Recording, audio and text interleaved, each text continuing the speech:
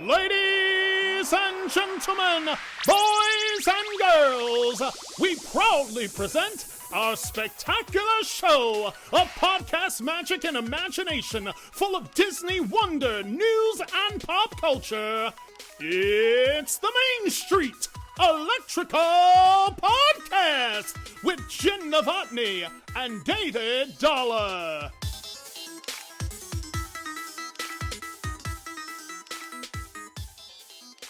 Merry Christmas, Jen. Merry Christmas, Dave. Feliz Navidad and Merry Christmas, Happy Hanukkah, and everything else you celebrate. The season is here. It's Joyeux Noël. That too. I saw a movie. I saw a movie trailer, and somebody said that word said Joyeux Noël, whatever, in there, and I'm like, tried to repeat it, and I couldn't. I was like, Joyeux. I'm assuming is that French? Is that correct? It's French. I don't speak My French. accent probably wasn't fabulous, but I don't speak French. I'm not a communist. So there you go. Oh my gosh. So Jen, how'd you Disney this week? Oh wow. How did I Disney week this week? That's actually a beautiful question. I Disneyed this week. Oh, yeah. So I did an ornament exchange with some of fellow Disney owners in my area. It was fun. Fun times. Yeah. Fun times. And I got a super cute little one, and it's got like stripy mini ears. It's cute. We have been putting our tree up all week. We put our tree up at the beginning of the month, and of course we were out of town. We were at Disney World. Indeed. So the 6th or 7th, which had it not been for that trip, I think our tree would have been completed by the first week. Probably. But Steph lost her momentum. We got the tree up, and then took several days for the ornaments to get up. And so last night, about 2 a.m, I finally put all the ornaments, like all the boxes and everything, back in the garage. And so now the ornaments are done, the tree is done, or whatever. And we've got Disney ornaments all over. Of course, you've got little Doug ornaments and Up, and there's Woody, and there's Mickey, and all kinds of sentimental ones and old ones, whatever. So the tree is all Disney-fied and everything. And so the kid and I have been going out doing a little shopping here and there, buying Disney gifts. I mean, it's a Disney Christmas as always. I see you got your festive Disney sweater on. Yes, I do. It's actually not a Disney sweater. This is a Christmas vacation sweater. It says happiest Christmas, and it's got the RV at the bottom. So of course, the one that's got the full So yeah. Anyway, we do love Christmas Vacation. That's probably one of our favorite Christmas movies. Yeah. So you're of course celebrating Christmas with the in-laws. You're living with the parents and stuff. Well, Brady's in-laws, my actual parents. So yeah. So fun Christmas time there. A house update. Where are we on the house? The house update. We are getting drywall. We have the outside is some siding and some stone. The siding has been completed. Of course, the stonework has not begun yet, but yeah, they've it's insulated. So basically at this point, they're just kind of doing last minute things before the drywall starts. Fun times. And so we're projected when? I mean, when is your, not have to be a specific day, but month, week-ish, time-ish season? Probably end of March. End of March. Probably. We don't have a specific date, but we are getting close. So it's feeling very real. And now we're to the point where they're going to start installing the things that we chose literally months ago. Well, thankfully, it's going to be nice, 55 to 60 degree weather there. The sun will be out. It'll be nice and peaceful and beautiful. Jen, it's going to be 9 degrees here on Christmas Day. When we wake up in the morning, it's going to be 9 degrees here in Alabama. 9 degrees. Listen, I don't understand. I don't get it. That's bad. I'm going to agree that's bad. We're at a real feel Christmas Eve of -13. That's amazing. A real feel high. Again, that is the high temperature. The high temperature, I think the air temperature is 4, but the real feel, they just straight up said, -13. That's pretty awesome. Well, currently, right now, at this very moment, it is 64 degrees in Disney World. Looking at the Christmas forecast, however, on Christmas Day, it's going to be a low of 36 with a high of about 51. That's pretty cold, actually. Christmas Eve, 31 degrees. Tomorrow, it's going to be 30. A cold snap hits. Tomorrow's 30, 31, 36. And it warms up to 45. It's a low of 45. So it's going to be to about 60 on Monday. So next week, you should be okay. And of course, New Year's Day, high of 78. Welcome to Florida. I was gonna say that's Florida straight up. And when we were down there in 2020, it was 31, 32. That's crazy cold, and that was when they still had masks. And I actually wasn't mad that day. I know, because you're breathing. You're like, because I was like, well, it's warm. My eyes are freezing, but my mouth is nice and warm. Very nice. Because it was outdoor, and I was like, you know what, I'm okay. Like, Well, after all that, this, of course, is the Main Street Electrical Podcast. And so that is Jen and I'm Dave. Now that we're introducing ourselves, this is going to be just a fun Christmas episode. We're going to have some random Christmas conversations. We've got a few fun things at the end. Of course, this is our annual Christmas list episode. Now, normally you make Christmas gifts for everybody. You go buy things for everybody. But, if you wanted a list for other people, we have some great Disney items that you can buy this week before Christmas to put under the tree if you have the cash. And can pay expedited shipping. Pay expedited shipping, yes. There's something that I got coming up here that has an incredible amount of shipping cost to it. So we'll get to that, but that should be fun. But first, let's hop on a little news real quick. First things first, guys, is we've got some closures and some refurbs coming up. Of course, your annual refurbs. And it feels like in January, like a lot of things are going to be refurbed. Yeah. January 9th is like a drop dead date. Big Thunder Mountain is closing for 4 nights, starting on the 9th. Kali River Rapids is closing on the 9th, reopening indefinitely and to be determined, which they can take their time with that. Nobody wants to ride Kali River Rapids in February. In the middle of January. It's exactly. Exactly. Frozen Ever After, the sing-along celebration, will be closed on the 9th of January. It's not Frozen Ever After. It's just the sing-along celebration. The sing-along celebration, yeah. Closed on the 9th of January through the 27th of January. Now, this is fun. The Disney Skyliner closed the 22nd of January through the 29th. So there's a week. It will be down. If you booked a trip at those particular resorts for the Skyliner, we got to talk. Just so you know, there's some things going on there. So that will be closed. They will have bus transportation. And, of course, closing forever, January 23rd, Splash Mountain will be gone. It is a done deal. It will be gone. It will be. And I've heard some people say, hey, Bob Iger, bring back Splash Mountain. He hates it. He hates Song of the South. That is one thing I can guarantee to you that Chapek would have done before Bob Iger would have done it. And Chapek wouldn't have done it. Like, honestly, I mean, it had its day. Yep. It's fine that it's being refurbed. I just hate that we're losing an attraction basically for a lengthy period of time. It just sucks when something's down for a massive refurb. Even if it's a much needed refurb, it's like. But there's a lot of people that go to that one. It does have that treatment like they did with the Great Movie Ride, where they're just kind of letting it go, basically. That's where we are with it right now. I mean, it's like, why put the money into to fix anything? And part of it, I just wish they would turn some of the on. And I don't know how hard it is to turn animatronics off. I don't know if it's a switch. I don't even know if it's possible. But sometimes I'm like, can you just turn Brer Fox off and just let him stand there versus the mouth just flapping randomly as he's talking and whatever. But But once that's done, I mean, they haven't said how long it's going to take, right? I mean, I imagine it'll be probably at least a year and a half. I want to say late 2024 is going to be Tiana's Bayou Adventure. I'm guessing they'll open it up in time for Christmas. I don't know that, but if it's the same splash element, they're keeping the same track though. They may want to open that up like in late summer, early fall, because people are going to want to enjoy that water aspect. Because I want to say that it'll probably be. If I'm just predicting, said late 2024. Yeah, we'll see. It just depends. Yeah, I'd like to see it before then, but who knows? Maybe Tron will be open by then. We don't know. It could happen. They've already said Tron 2023, so I think we can. Speaking of reopening, this is exciting because I feel like this came out of nowhere. Like Disney Eats, that's a Instagram that Disney has set up to, I don't want to say combat, but basically kind of be on par with Disney Food Blog and Disney Foodies, whatever, which are massively popular Instagram accounts and blogs and stuff. Yeah. Well, Disney Eats, it's an official Disney website, and they out of nowhere dropped, hey, guess what, guys? The princesses are returning to Cinderella's royal. We were all like, what? And I was like, wait, and so I'm trying to verify it with everything, and I'm like, but that is Disney. But this is an actual Disney site. That's Disney. So yes, the princesses are returning, of course, right now. Cinderella's royal table. Cinderella meets you, greets you, take pictures, and then you go and eat. I think she comes out, she does a little wavy, like, hey guys, how you doing? Okay, bye, kind of thing. Well, the princesses will be coming back, and so we're gonna get. Usually you get anywhere from 4 to 5 princesses, any number of Belle, Jasmine, Aurora, Tiana, Rapunzel, Merida. I've seen Alice. I've seen Mary Poppins. I've seen various other Pocahontas, Mulan. You'll get 3 or 4 or 5 of those in your meal, and they'll come around to the tables and stuff. And this is what we've been waiting for. I'm excited about this. Yes. Because the Norway Princess Dining, which I really enjoy. It is impossible to get right now because that's where all the princesses are. So this is going to be. But this will alleviate. I do really think this will alleviate some of that because now we have 2 options. Yes. And if we can just get back 1900 Park Fair. That's the next one. Why are we That's not the opening next this? one. And then get Rapunzel and Flynn and Ariel and Eric back Yes. at Tutorial Forno for At Wine Glass Tutorial. Breakfast.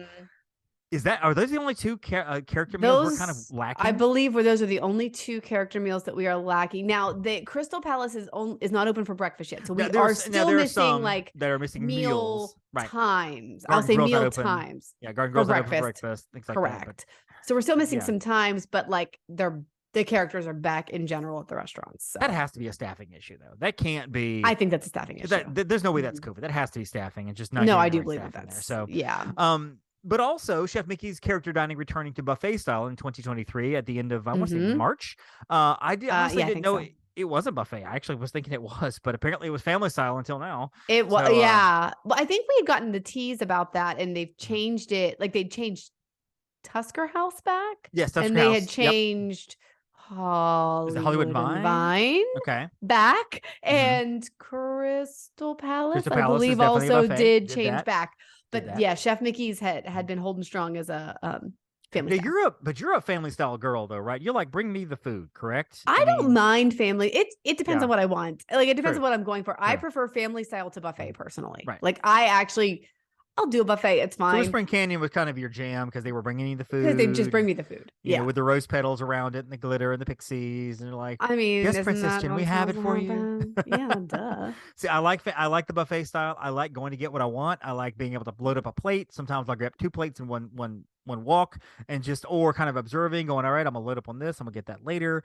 I like being able just to go and get, or stick my plate out in front of the carver there at the carving station and be like, may I have a piece of the roast beast? And he's like, sure. And he chops it up, throws it on there. Thank you, sir. Love that. Love having all that right there in front of me. Just to be able to go get that, which is great. The rumor is flying around. It's now hit more than ever. Walt Disney World Railroad. The rumor, January 1st, 2023. Now, I've seen this rumor in 4 or 5 different places, not just 1 or 2 sites that are the gossip sites. But that's the rumor. That's what's now floating around. It is the rumor. Currently, on this day, it has been closed for 1,480 days. If it reopens on the 1st of January, that means it will reopen after 1,491 days. Then I'm just like, you know what? Go ahead and make it mid-January. Let's do 1,500 days. Listen, why the heck not? I am unexpectedly now going to be down there at the end of January, which means if it's running, I'm going to ride that bad boy. Because I'm just saying, it was wonderful in Disneyland getting to ride the train. Yeah, and I am taking a trip to that area at the end of early February, and I'm trying to figure out how I can sneak in a park day because I think I have a park ticket left just to ride the train. If it's open, ride the train, do that, and then maybe see Fantasmic that night if I can get in there and see some of the stuff that is, it will be just me, so I can dart around and do whatever I need to do. Go visit Nomad Lounge, have a drink if I can, that kind of thing. And so yeah, it would be nice to be able to do some of these things all by myself. It'd be great. Man, are you gonna hit 4 parks in one day again? Good grief! Okay, so this is gonna sound so petty. But 4 parks in one day is not hard. I don't know why people go on and on about that. It's just not. I know it's not hard. It's just exhausting. It can be. I've done it. To be. I mean, it's just, you hop on a bus and you go from one park to the next and you're good. I mean, it's just. You said bus? Yeah. I know you don't understand what that means. I don't understand. I'm confused. Now, Jen, of course, this is Christmas week coming up here.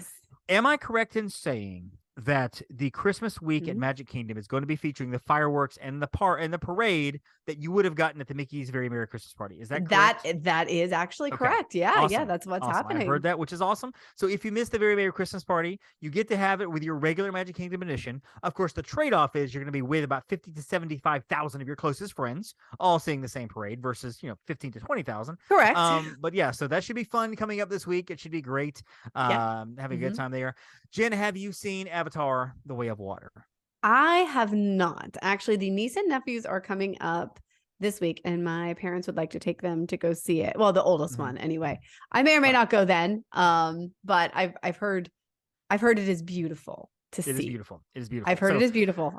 So that's kind of it for the news. Let's transition to this. I do want to kind of give a quick review of Avatar: Way of Water. Have you seen the first Avatar? I don't know your Avatar level of Avatarness. I'm afraid to admit this. Never seen. It's okay if you've never seen it. It's okay. It came out, and when it came out, I thought everyone was raving. I'm like, I should go see it. I missed it in the theater. Okay, this was before the days of like a lot of streaming. I just never did. And then Disney Plus, I kept being like, I'm gonna watch Avatar. I'm gonna watch Avatar. And I know it's a long movie, and every time I'm like, I don't know if I can commit to this. And so I just haven't seen it. The first one was the best use of 3D I have ever seen. The 3D in there is just remarkable. And I'm not a 3D guy. Usually with 3D, I can take it or leave it. I'm like, 3D, whatever. The best 3D I have ever seen in that movie was it created the entire experience.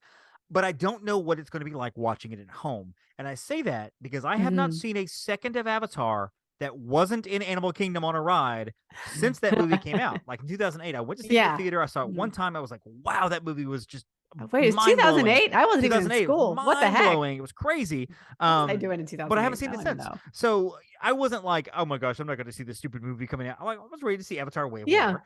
Again, the 3D, if you can see 3D, and if you're okay with 3D, Stephanie does not like 3D. Gives her a headache. So Brady doesn't like 3D either. But if you can handle 3D and you can handle it okay, it doesn't affect you, see it in 3D. And I would never recommend it except for this one. It's just James Cameron and what he does technologically is just unbelievable. What he does. It's the 3D is just it's so enhanced with the 3D. It is a beautiful movie. It's about an hour too long. It's 3 hours and some change. It's really long. There's an entire hour block in the middle that you're like, I feel like it's real time, the Battle of Gettysburg. I feel like that hour block in the middle, you could shorten that down to about 20 minutes and still convey the same thing. It almost looks like a screensaver because it's just water and fish and creatures and swimming through and whatever. The whole gist is, and this is a non-spoiler for anybody that wants to know. The whole gist of it is basically if they're on the world of Pandora and with the Na'vi, Jake was formerly human. He's become Na'vi, transferred himself into a Na'vi basically. Okay. And now he is with Zoe Saldana's character, and I kept wanting to say Nefertiti, but that's not it. It's like Nayati, or I don't remember her name. So he's with Zoe, and they now have a family among the Na'vi. However, the bad guys from the first one have now made an appearance back in the second one, and now they're hunting Jake Sully, the Na'vi character. So he takes his family and moves to an entire different part of Pandora, the different part of the world, to escape and to run to keep his tribe safe. And they end up living with the water people. There's again a tribe name for it. And that's the way of water. They learn the ways of the water before, but the battle, of course, still comes to them. Of course. There is here's my non-spoiler things. Number one, James Cameron loves himself some water. Number two, James Cameron loves himself some James Cameron. 3, it is very self-indulgent. And what I mean by that, it's like James Cameron's going, okay, for 10, 15 minutes, we're going to show you some water, but it's so cool. We're now going to show you a good hour of it, and you're going to love it because it's awesome. And it's like, okay, James, this is great. Too much of a good thing. There are some tropes in there from his previous movies. Towards the end, I kept expecting a Titanic reference to come up to see people, see the violinists and everything on the bow of the ship. There's several things. I'm like, that is straight out of Titanic. That is straight out of True Lies, because he's done some incredible movies. He's done some great. No, absolutely. I've seen a lot of James Cameron. He's an incredible director, so I'm not slighting him at all. The movie is just it's good, but this is also a movie that I've seen that I will not watch another second of. And I will watch the third one when it comes up to theaters. Sure. I mean, it's not so like, Jen, you have to go see this movie. I would recommend seeing it in the theater because of the scope of the whole scope of the movie. Yeah. See it in the theater, much like recommend seeing Top Gun in the theater, Top Gun Maverick. You need to see it on a big screen to really absorb what you're watching because holy crap, it's incredible. But it's not like, Jen, this is the best thing I've ever seen. This is incredible. This is like Bolt level kind of movie. No, it's good. It's good, but it's not fantastic. So there you go. I would recommend seeing Avatar, the first one, to kind of get a scope on what you're watching, because it does lead into the second one. I don't want to spoil it for you, tell you what happens in Avatar, but of course, knowing you, I'll ask you in June, have you seen Avatar? No, I haven't. Have you seen Disenchanted? No, I haven't seen that one either.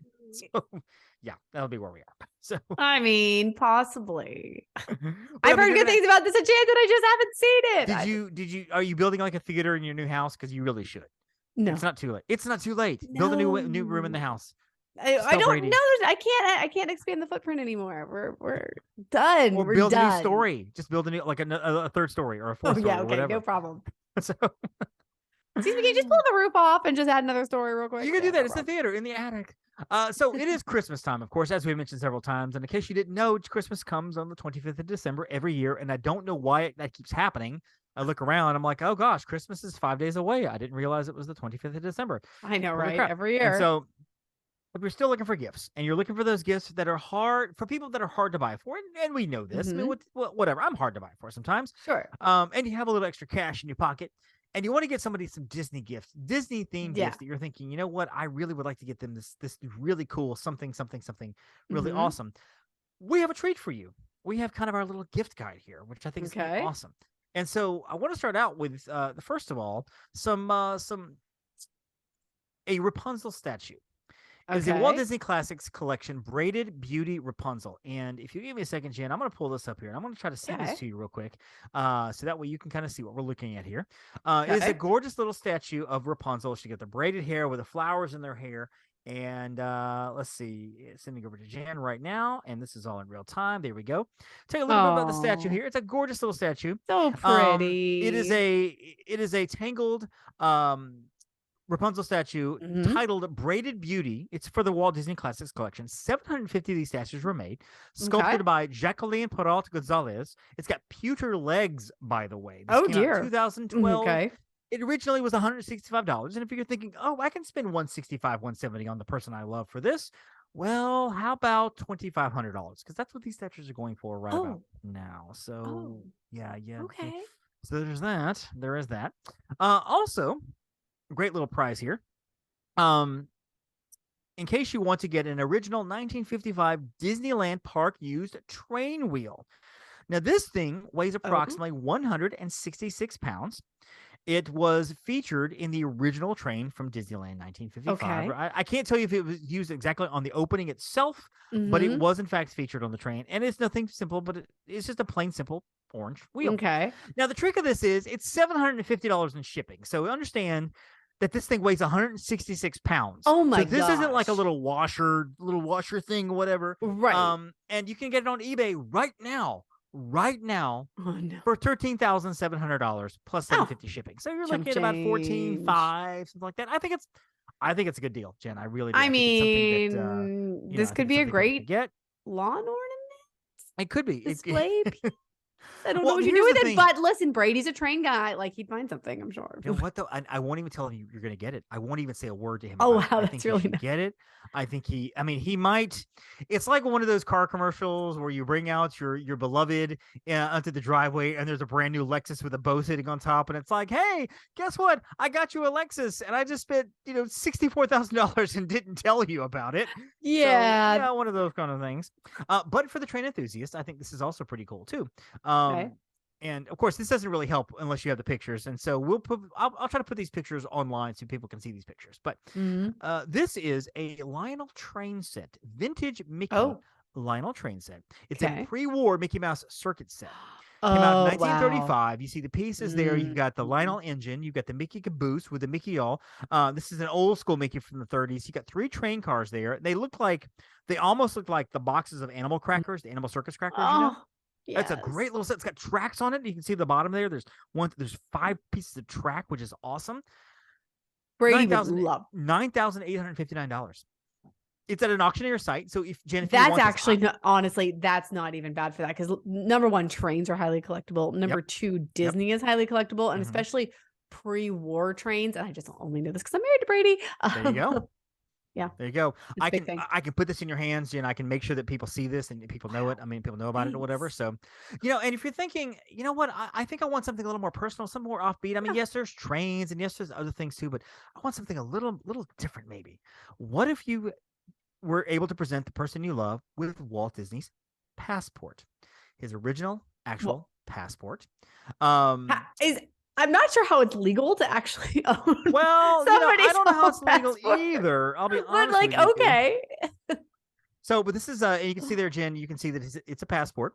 Walt Disney it's not on eBay. It's actually through an auctioneer site. Walter loves Disney, and there's his birth date. There's his issue date. The issue date of August 19th, 1965. Tell the audience, is it 1900 or 1901? Because the famous story about how he changed his birth date so that he could be 1901. It is Okay, 1901, it's the actual birth date. Okay. Yep. 5'10" tall, birthplace Illinois, USA. Got a signature on it. It's a government ID collectible. It's got some stamps on it. Now, again, this was up for renewal in 1965.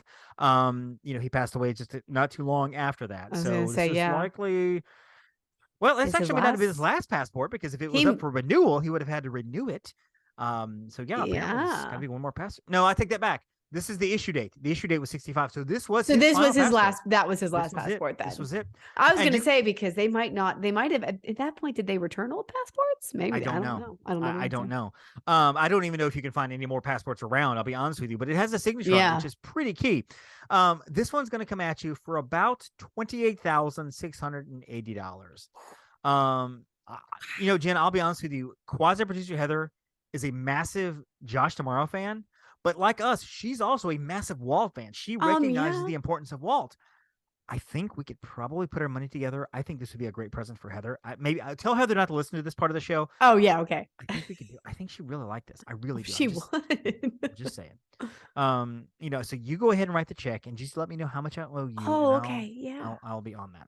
That sounds like a great idea. So there's also Mickey Mouse posters are also very, very collectible. Very big, and especially the older ones and the posters and stuff. And I'm gonna send you a picture of this one here as well. This is a Mickey Mouse poster called the Mad Doctor, and this is from 1933. It's a 27-inch by 41-inch poster. Okay. Oh my god. It's got Mickey strapped to what looks like an electric chair with a maniacal doctor sharpening a knife, so it's all violent and stuff. So Disney fans would just love to have this hanging in their home. This is a poster for Mickey's 52nd short film, and this was one of United Artists' last cartoon posters. In very fine condition in 2006. It sold for $138,000. But there's some good news. It resold in 2009, and the price went down. I can't tell you what the price is now, but the price went down to $107,000. Oh, is that it? That's it. So Jen, you can just honestly jump on that. Yeah, you can jump on that. You can jump on this. So I mean, if there's anything here that strikes your fancy, let me know, Jen. I'll go ahead and put an order for you. You might want to send me your credit card just in case. Yeah, sure. Yeah, exactly. So there's that. Also, and I'm trying to find here. There is a collectible. We all love pins. There are collectible pins that everybody has and just enjoys having.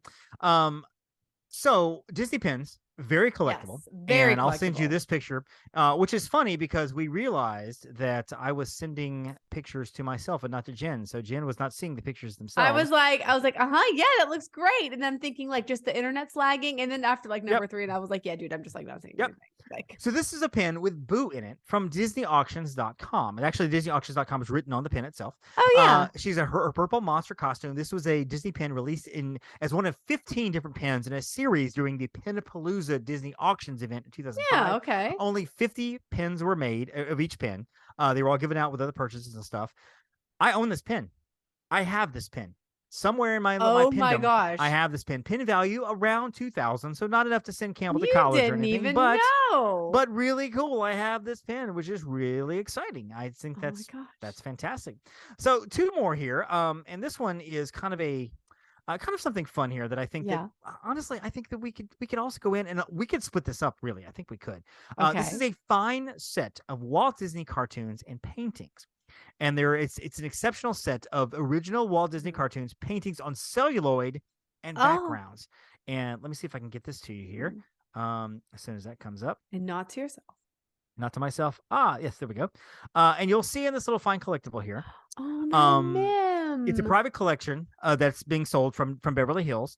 One of the panels has Walt Disney's certificate of authenticity. It's got pictures. These are all pictures that Disney either drew or hand to hand in drawing.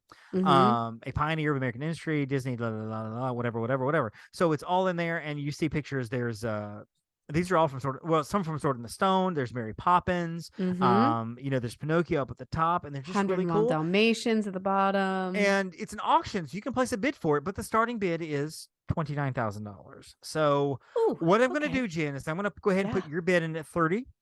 I'm gonna put your name in Perfect. there. So if you want to go and send me your credit card Perfect. information, that would be good. And Okay. go and get the bid in. You're really Um, selfless. I yeah, don't know I'm if you trying to know help how you. selfless you are. I'm trying to help Like, you here, Jen. that's just really nice. Liveauctioneers.com is where you can find this stuff, by the way. You can go there and there's about 60 or 70 different things to choose from, starting from like a couple $100 all the way down Oh to, my gosh. some of the bigger prices and whatever. But the final thing I want to show you here for your Christmas list, and I think, again, if we don't want to get Heather the other thing, I think we can get her this. If we don't get Okay. Walt Disney All Passport, right. maybe this. Upon Star had a good year, so maybe we can pitch in from the agency and have agency give this out as gifts to people. It is a napkin, a Walt Oh my Disney gosh. signature autographed napkin. Whoa. Greetings to what does it say? Nancy Ann. Nancy Ann from Walt Disney. So if your name is Nancy Ann, even better. Signed by Walt Disney himself, a very real Walt Disney collectible. Now, it's basically, let's see. The description on eBay says the Omaha Technical High School promoting the sale of war bonds in World War II. This was an item you could buy. The teacher was working with Disney Productions on a flip book, and Disney signed off on it. And so he ended up signing this napkin as well. So, yeah, it is going for sale for $499,999.95 from a private auction on eBay. So now here's the fun thing in the description. Not necessarily, it says the value is held in the, okay. All right. So here you go. So it's a book. Hold on. What are we selling here? You said napkin, but it doesn't look like a napkin. That looks like the book. That Okay, looks so like a flip book. it is okay. So it is a flip book. Let me show you the front of this. I didn't see the front of this until just now. Okay.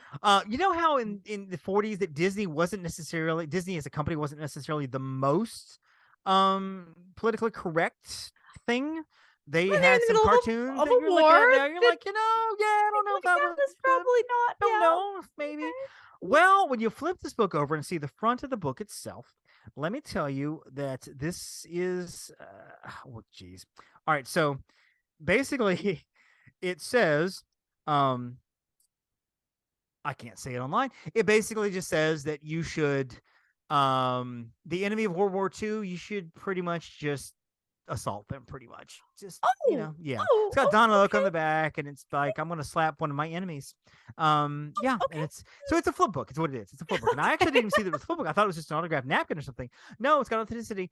But the thing is, in the description, it says not necessarily the signature. The pictures explain the story. The worth is in the book itself. So you may not get the book with Walt Disney's signature on it. You may just get a. Wait, flip you book. might just get the know. book. You might just get. I feel like that's advertising, like kind of weird. Yeah. So I would, we need to contact our good buddy Aaron Goldberg. Goldberg. Goldberg. That's what I thought. We could get Aaron back on here and kind of talk about some of this, because this is a really interesting piece of history here. They did do a lot of war propaganda during World War II. Like they had shorts of Donald Duck marching in his, like his helmet with his rifle and things like that, which, that's. The government did have him do. I see the link. Yep. I sent you the link. Now, here's the thing. I don't know. I'm thinking, because what I was thinking was it was one autograph. But now I'm wondering if it's one autograph on one book, or if he signed all the books. Or although I feel like I would know more about this if he signed a bunch of these books and they were out there somewhere.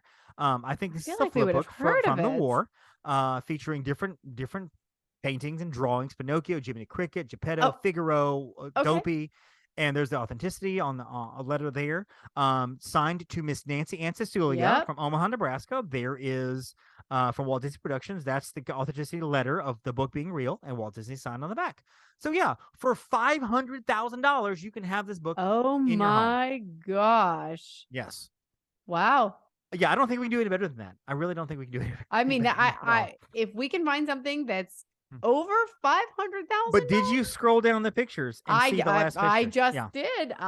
So on the show notes, we will link this online. And I will say that the last picture is a little offensive. It's a little very politically incorrect. See, now there's actually two below that one. It's not a dirty word or anything, but it's not what you would say. It's just, it's not. Yeah, it's there's a and you see the pictures below. You see it is a flip book. So I see how the flip book works, and I get it. I get all that. So yeah, if you want to make a bid for it, please do. And you know what? At Upon a Star, we will give you the last $5 of that. So if you only want to bid $499,995, we'll throw $5 in just to say that we help support this purchase, just whatever. We'll figure it out. Don't. So Don't. I will give you $5 if you Okay, want to bid David can give you $500,000. $5. Let's just say that. Only because I want to say that I was a part of this purchase. If you own this book, Oh my gosh. that I own a small piece of that book. This oh my gosh, but these drawings of Dopey and great. Pinocchio are gorgeous. They're gorgeous. They're So yeah, we will link to this gorgeous. on the show notes. You can go look at your own peril. Again, if you want to look at whatever, it's a fun. Well, I little mean, piece who of knows how image long and it'll stuff. be listed? Yeah, who knows how that's long? the I only don't thing. know. Like that's not going to be. A There thing. are no bids right now. So Oh my gosh, you know. shipping is almost $500. Now, see, I have a little problem with that because for $500 Dude, right now, this you're item making is half actually. a mil. This is in Nebraska. This is in Nebraska. I will fly to Nebraska and I will meet you at the 7-Eleven or the Wawa or the Benihana's and we'll have lunch They or have something. Wawa there. I will meet you at Benihana's and we'll have lunch as we pass this book from you to me. How about that? We'll do that. Yeah. We'll do that. I think it's So going there to you cost go. you more than that to fly to Omaha. Let me know, Jen, if you're interested in any of those. I'll be happy to take care of that for you. Oh, So well, thanks, Dave. there's our Christmas Nice. list for this year. The Christmas gifts that you can have under your tree with a little bit of work and a lot of cash. So there you go. Yeah. Jen, real quick before we close here, your most memorable Christmas, not necessarily Disney, but just as a kid, Mhm. do you have a Christmas that stands out like this was maybe the best Christmas ever? So I had a lot of great Christmases growing up, absolutely. But I do have 2 or 3 that stand out in my mind. And I think the one that I really particularly remember was I was based on the house I was living in. I had to have been around 5 or 6. Okay. And I remember that Santa's boot print was leading up to the fireplace. He came, he ate the milk and cookies. Mhm. And I saw his boot print. So that was super exciting. Wow. And then my Barbie dream house was there with its That's awesome. bright pink roof. Yes, And I got my American Girl doll. So nice. which is the first year American Girl came out. Mhm. And I got the first 3 pages of the catalog. I didn't realize they had gone back that far. I'll be honest with you.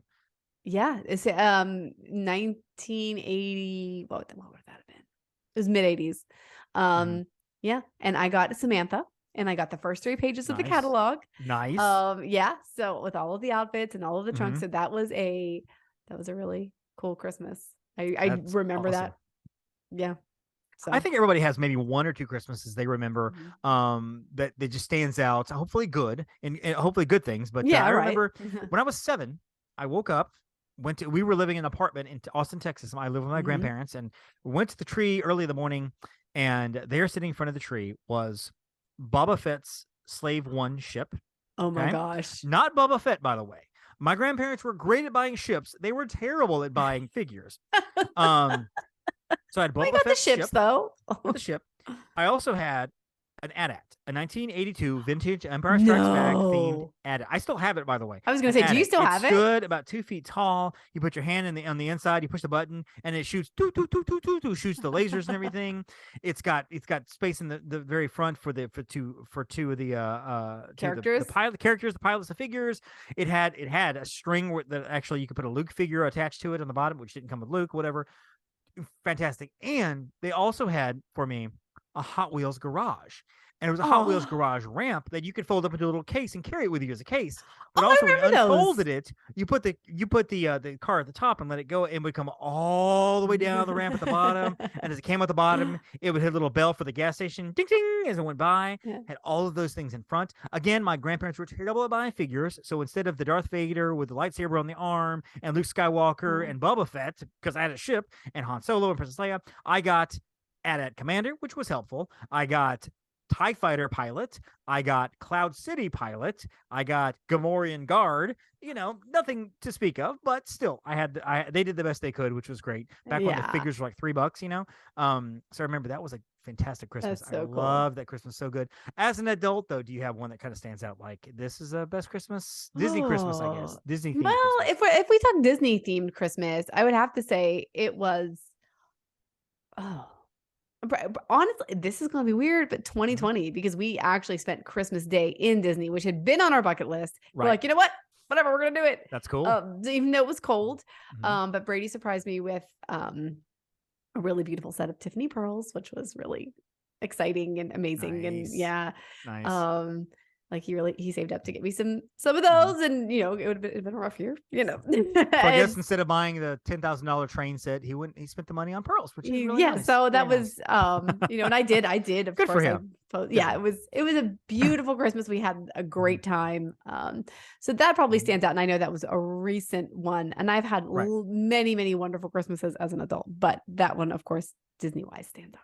I think one of my favorite trips was probably Thanksgiving trip 2007. I had been married for 4 years. My niece Madeline, who's a cast member down there, she was like 9, 8, something like that. She was very young. Her nephew was even younger. Of course, Steph and I didn't have any children at that time. So we moved a lot faster and a lot freer. But the whole family went down. It was almost this thing where every 6 or 7 years, her parents take the whole family. We went in 2021 as well as a family, as a big whole family. And the dining plan was there back when the dining plan was like 40 $40 a day, which included dessert and gratuities and dessert and drink. So it included all of it and your appetizer, all of that. Everest had just opened. Soarin' had just opened. Toy Story Mania, I think, was opening. I think. I remember riding Soarin' for the very first time. My father-in-law, who as most father-in-laws are sometimes a little grumpy going to a park like that, he walks off and he's like, "It's a good way to start a morning right there. That's a good ride." So there was that, and just the whole splendor of it back when everything wasn't quite so expensive, and I was the fast pass runner. We had the paper fast passes and stuff. It wasn't on your phone. I think I had a flip phone at the time. So it was just, I remember that Christmas being just so spectacular because it was every day for Christmas. It was just great. It was a smaller family. And prices were good. And we had all the things, which were awesome. And, we keep having all the things, and then all the things get taken away by Chapek. And then, whatever. But hopefully all the things will come back. But we'll see. Anyway, so those are our Christmas memories. And this has been our little Christmas episode here, guys. And we hope that you have a merry, merry, merry, very Merry Christmas. Happy Hanukkah. And again, everything that you celebrate out there, we hope that everything is filled with love and light and joy and happiness and magic and faith, of course. Jen and I, of course, both recognize the birth of Christ is the reason for Christmas, but we celebrate and celebrate with you whatever you believe out there. We love all of you guys. And so, Jen, where can we find you as you might be posting all of your Christmas stuff? At Upon a Star Jen, although probably during the next couple weeks, I'll be posting mostly on my personal Instagram at Jen_Novotny. Nice. Find me on Facebook on Magic on $8 and Disney on $8. Find me on Instagram at the Magic on $8. And make sure you go to not only Upon a Star Travel, which is also on Instagram and on Facebook and all that, and on TikTok, by the way, but also go there on for Instagram. Go to at the MSE Podcast. I'm going to be posting all the pictures of stuff we talked about. I'll post those in a collage. So you can go there, see it, and kind of swipe through and see all the pictures we're talking about there. Have those on the website at themsepodcast.com as well. Jen, Merry Christmas. I'm sure that, I'm saying Merry Christmas like I won't talk to you again. I'm sure I'll see you and or talk to you like 15 times between now and Christmas Day. It's like, I'll text you in 5 minutes. Exactly. That's exactly what happened. So anyway, but until then, for everybody, Merry Christmas out there. And don't forget, Merry Christmas, my Phoenicians. Thank you for listening to the Main Street Electrical Podcast. You can find us on Instagram, Twitter, and Facebook at the MSE Podcast, or visit our website at themsepodcast.com. Be sure to subscribe, and may all your wishes come true.